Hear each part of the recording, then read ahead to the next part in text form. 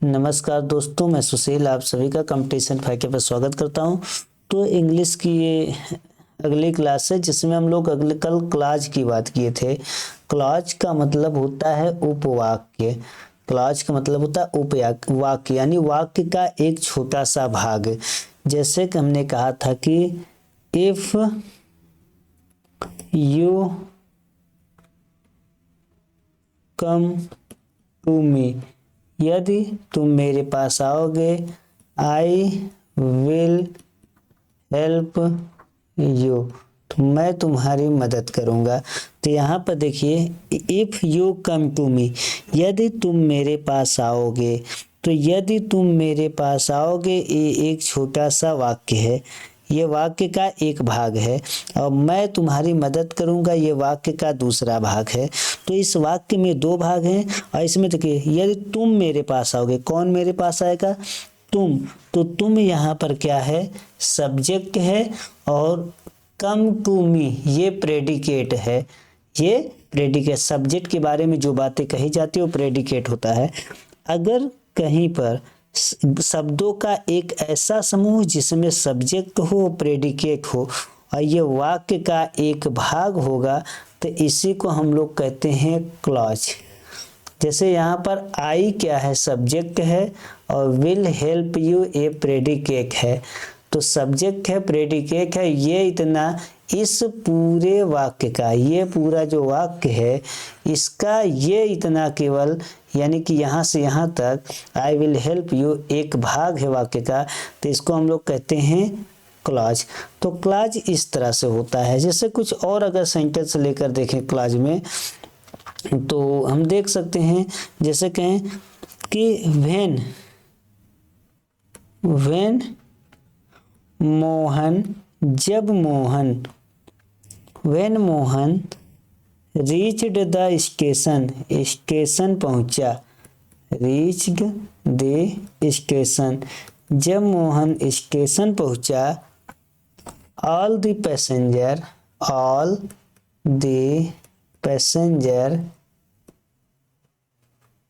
passengers had alighted from the train, had alighted from the train।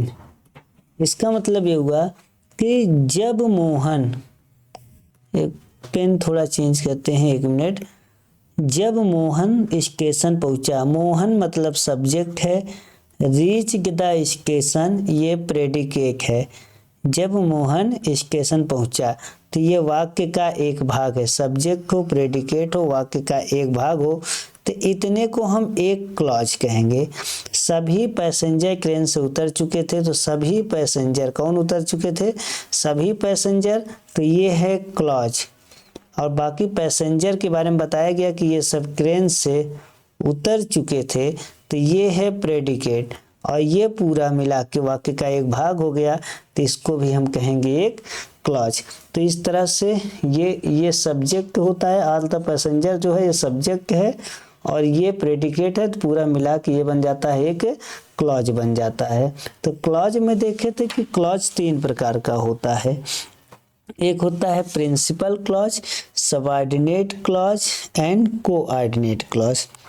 देखिए principal clause में क्या होता है कि कोई ऐसा क्लॉज जो किसी पर डिपेंड ना हो, पूरी तरह से ये स्वतंत्र हो, इसका पूरा पूरा अर्थ निकलता हो, पूरा पूरा इसकी मीनिंग निकलता हो, कंप्लीट सेंस निकलता हो, किसी पर डिपेंड ना हो इसका, तो इसे हम लोग प्रिंसिपल क्लॉज कहते हैं।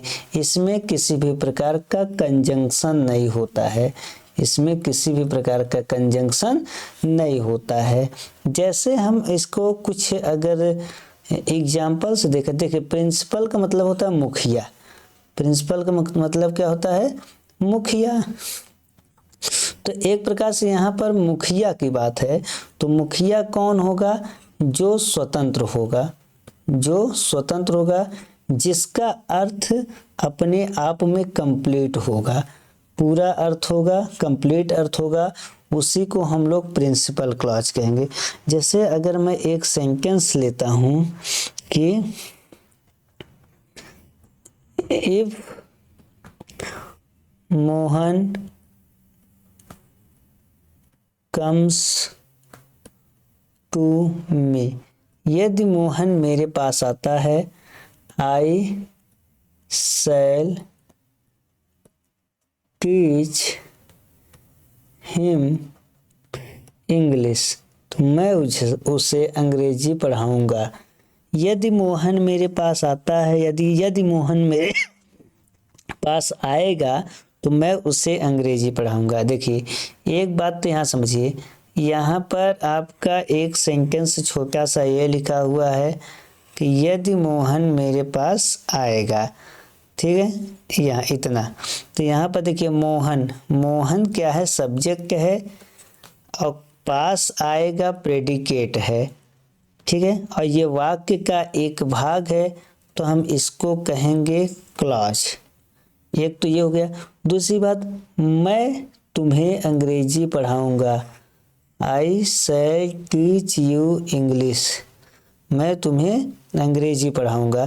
तो यहाँ पर मैं जो है, मैं ये सब्जेक्ट है, और मैं के बारे में बात ये लिखी गई है कि तुम्हें अंग्रेजी पढ़ाऊंगा, ये प्रेडिकेट है, और ये वाक्य का एक भाग हो गया, तो ये भी क्या हो गया, एक क्लॉज हो गया। अब बात ये करना कि इसमें प्रिंसिपल क्लॉज कौन है, तो आप खुद देख सकते हैं कि यहाँ पर इफ जो है एक कंजंक्शन लगा हुआ है, तो ये प्रिंसिपल क्लॉज नहीं होगा।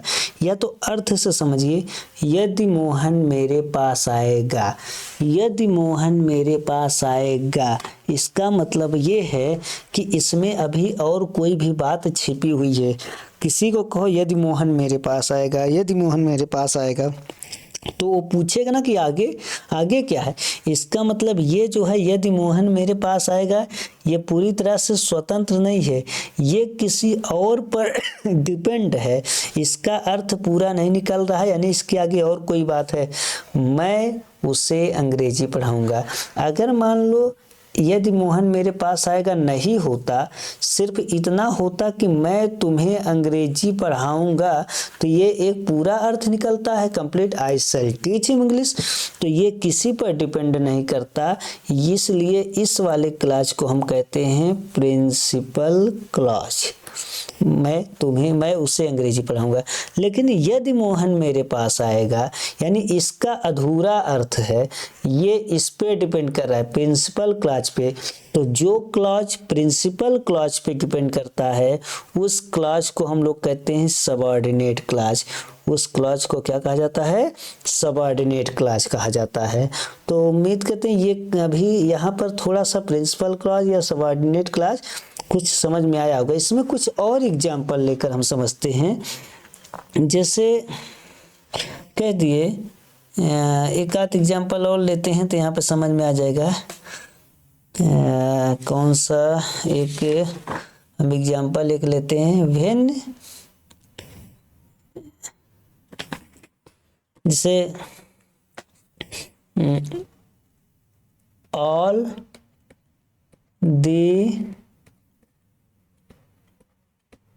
पैसेंजर्स, अभी हमने इसको लिया था, हैड अलाइटेड, उतर चुके थे, सभी यात्रीगण उतर चुके थे, from the train, from the train, सभी यात्रीगण ट्रेन से उतर चुके थे।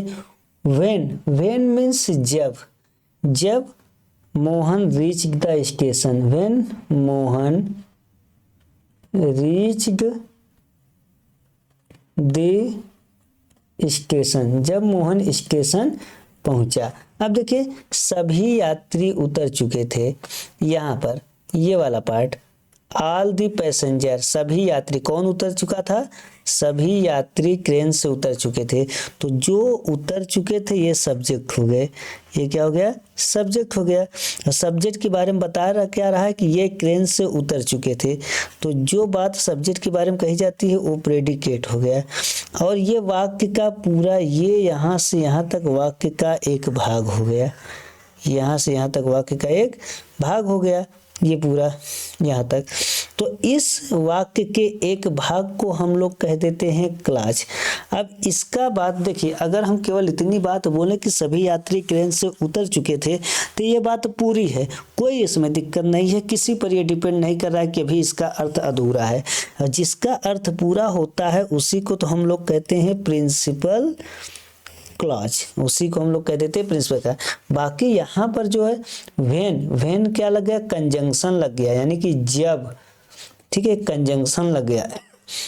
मोहन यानी कि सब्जेक्ट है, रीच द स्टेशन, स्टेशन पहुंचा, प्रेडिकेट है, सब्जेक्ट हो, प्रेडिकेट हो, वाक्य का एक भाग हो तो क्लॉज है। लेकिन इस क्लॉज का अर्थ पूरी तरह से प्रिंसिपल क्लॉज पर निर्भर करता है, इसलिए इस क्लॉज को हम लोग कहते हैं सब ऑर्डिनेट क्लॉज। इस वाली क्लॉज को हम लोग सबऑर्डिनेट क्लॉज कहते हैं। तो इस तरह से हमने देखा कि सबऑर्डिनेट क्लॉज और प्रिंसिपल क्लॉज क्या होती है।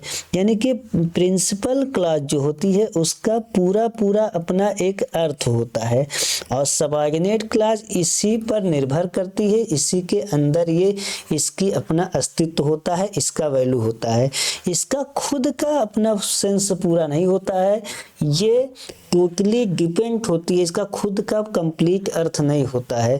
जैसे यदि मैं पक्षी होता, if I were a bird, if I were a bird, if यदि मैं पक्षी होता तो मैं आसमान में उड़ता, I would fly in the sky, in the sky, तो मैं आसमान में उड़ता।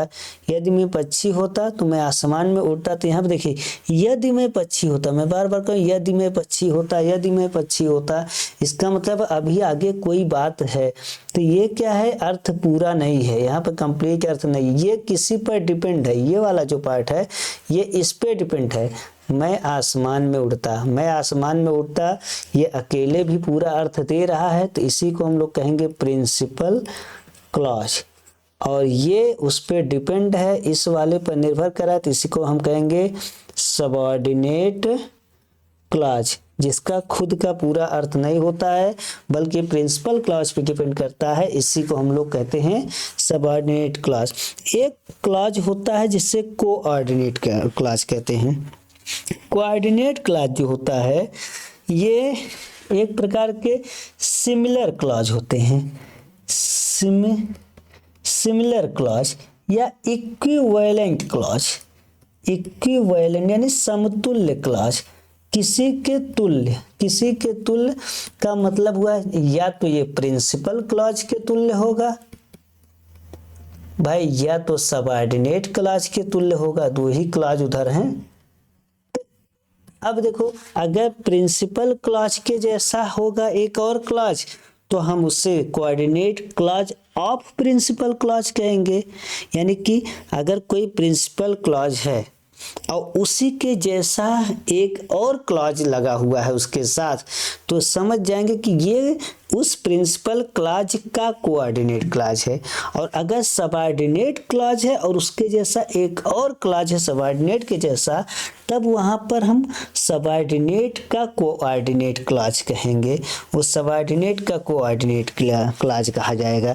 जैसे मान लेते हैं, हम एक एग्जांपल लेते हैं, यहाँ पर हम ले रहे हैं, if he comes to me, if he comes to me, यदि वह मेरे पास आएगा, एंड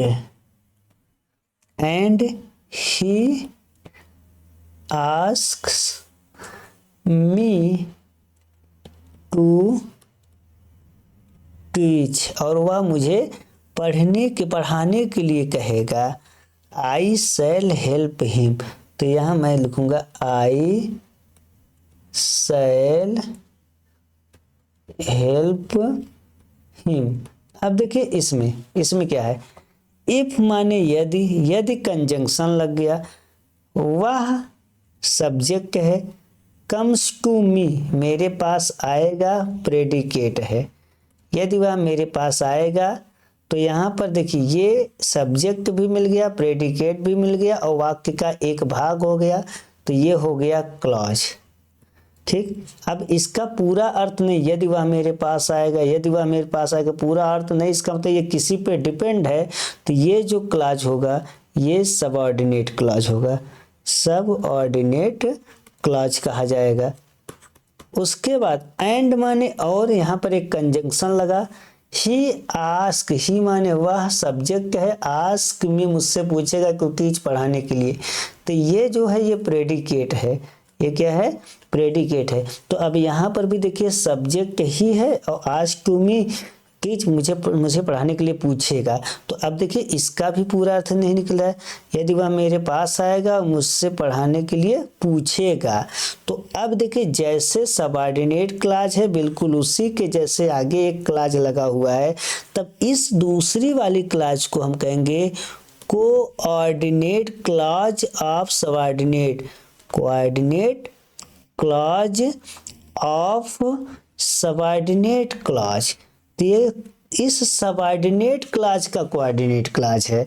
उसके बाद आई शैल हेल्प हिम, मैं उसकी मदद करूंगा, मैं सब्जेक्ट है, शैल हेल्प हिम उसकी मदद करूंगा प्रेडिकेट है, ये वाक्य का भाग है। तो ये एक क्लॉज है और इसका पूरा अर्थ निकल रहा है मैं उसकी मदद करूंगा, मैं उसकी मदद करूंगा, एक पूरा अर्थ निकल रहा है। तो ये हो जाएगा आपका प्रिंसिपल क्लॉज। तो इस तरह से ये प्रिंसिपल क्लॉज हो जाता है। और जैसे एक देखते हैं, एक आध सेंटेंस और देखते हैं तो इसमें और क्लियरिटी आएगी। जैसे he went to Delhi, he went to Delhi, वह दिल्ली गया। एंड ही सा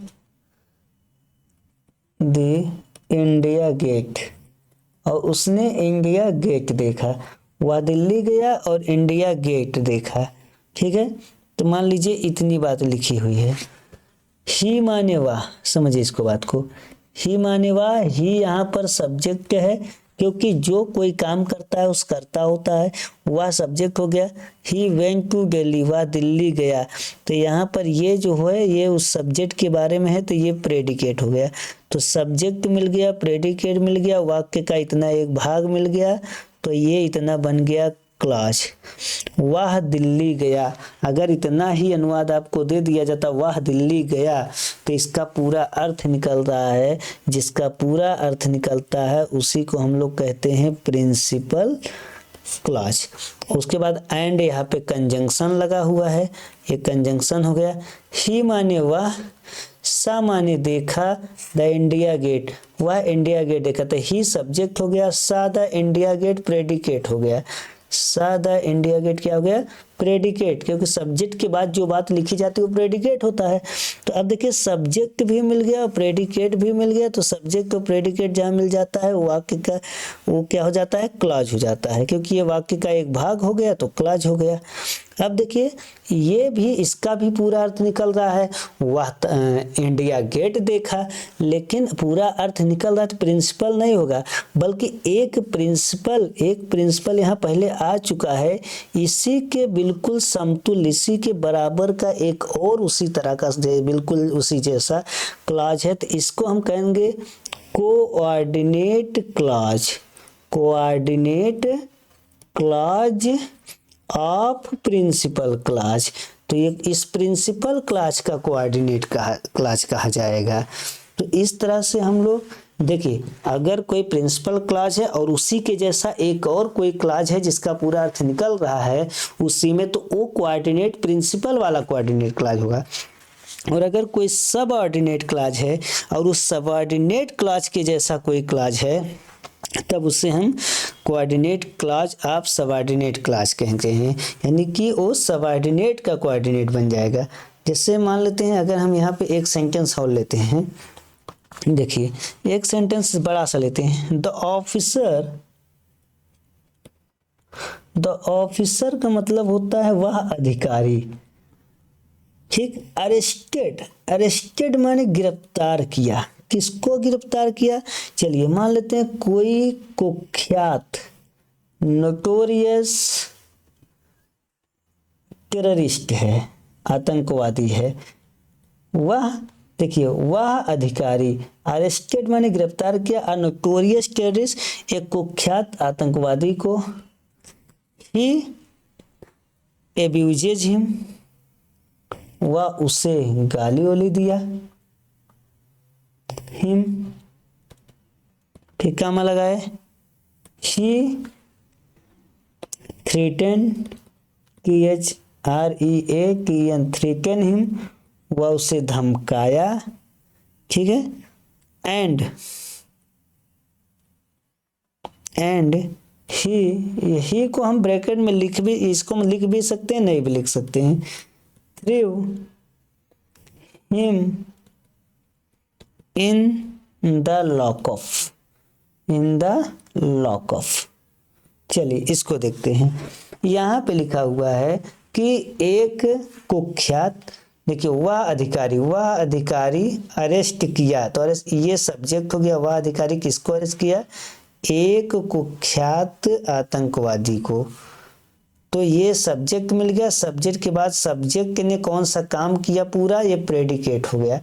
जहाँ सब्जेक्ट हो, प्रेडिकेट हो और इतना केवल वाक्य का एक भाग है, तो ये हो गया क्लॉज, ये क्या कहलाएगा, क्लॉज कहलाएगा, ठीक है। उस अधिकारी ने उस आतंकवादी को अरेस्ट किया, इसका पूरा अर्थ निकल रहा है, तो इसलिए जहाँ पूरा अर्थ निकलेगा वहाँ ये हो जाएगा प्रिंसिपल क्लॉज।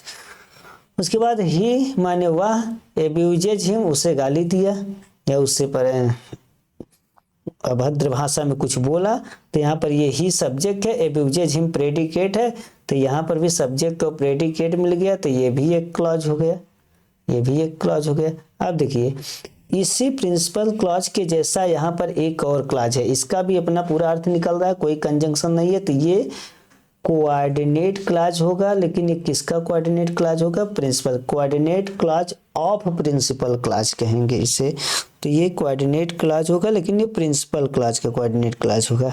उसके बाद ही माने वह, यानी कि यहाँ पर सब्जेक्ट, थ्रेटेंड हिम उसे धमकाया, तो यहाँ पर भी सब्जेक्ट मिल गया, प्रेडिकेट मिल गया, तो ये भी उसी प्रिंसिपल क्लॉज के जैसा ही है, तो इसको भी हम coordinate clause of principal clause कहेंगे, ये भी आपका कोऑर्डिनेट क्लॉज ऑफ प्रिंसिपल होगा।